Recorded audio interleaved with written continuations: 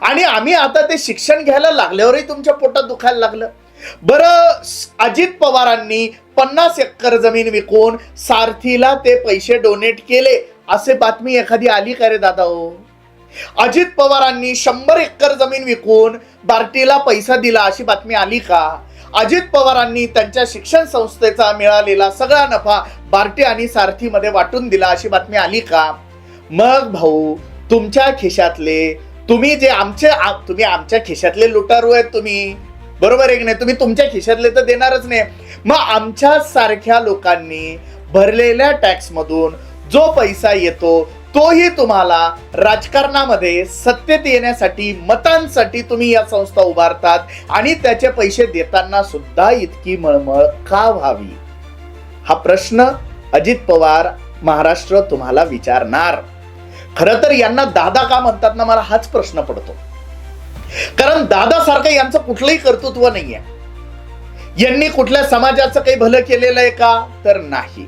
आता लोक म्हणतील, अरे किती मराठे यांच्या सहकारी कारखान्यांमध्ये, सहकारी शिक्षण संस्थांमध्ये नोकऱ्या करतात, त्यांच्या जमिनी विकायला कोणी भाग पाडलं? ह्या नोकऱ्या फुकट लागल्यात का? शिक्षण संस्थांमध्ये निवडक 1-2 शिक्षण संस्था जर सोडल्या तर बाकीच्या संस्थांमध्ये छातीत ठोक बनून एखाद्याने यांना आई बापाची शपथ घेऊन सांगावं की तुम्ही फुकट नोकरीला लागलेले आहात का?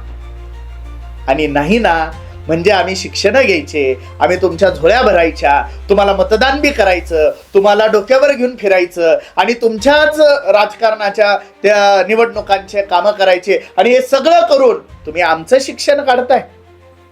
एका कुटुंबात 5 जणांनी PhD जर केली तर हे शिक्षण कोणाच्या कामात येणार आहे? देशाच्या कामात येणार आहे. तुम्ही कोणाच्या कामात येताय? देशाच्या कामात येताय? नाही, कुटुंबाच्या कामात येतायत तुम्ही. त्याच्यामुळे हा व्हिडिओ जास्तीत जास्त लोकांपर्यंत पोहोचवा आणि दादांपर्यंत सुद्धा पोहोचवा.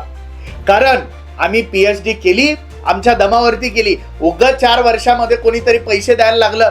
मी तुम्हाला सांगतो छातीठोकपणे, मी माझ्या मेहनतीचे पैसे कमवून माझी PhD कंप्लीट केलेली. अजित पवार, आम्हाला त्यावेळेस कुठलीही फेलोशिप नव्हती. आणि काय 4-2 वर्षामध्ये कोपर्डीच्या प्रकरणानंतर सारथी केलं, त्याच्यात थोडंसं आधी बार्टी केलेलं होतं, तेही तुम्हाला सत्तेत बसायचं असतं म्हणून केलेलं असतं.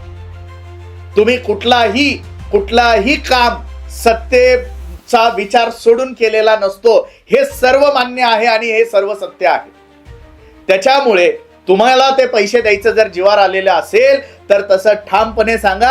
आम्ही पुढच्या वेळेस ठरवू सरकारमध्ये कोण बसेल ते.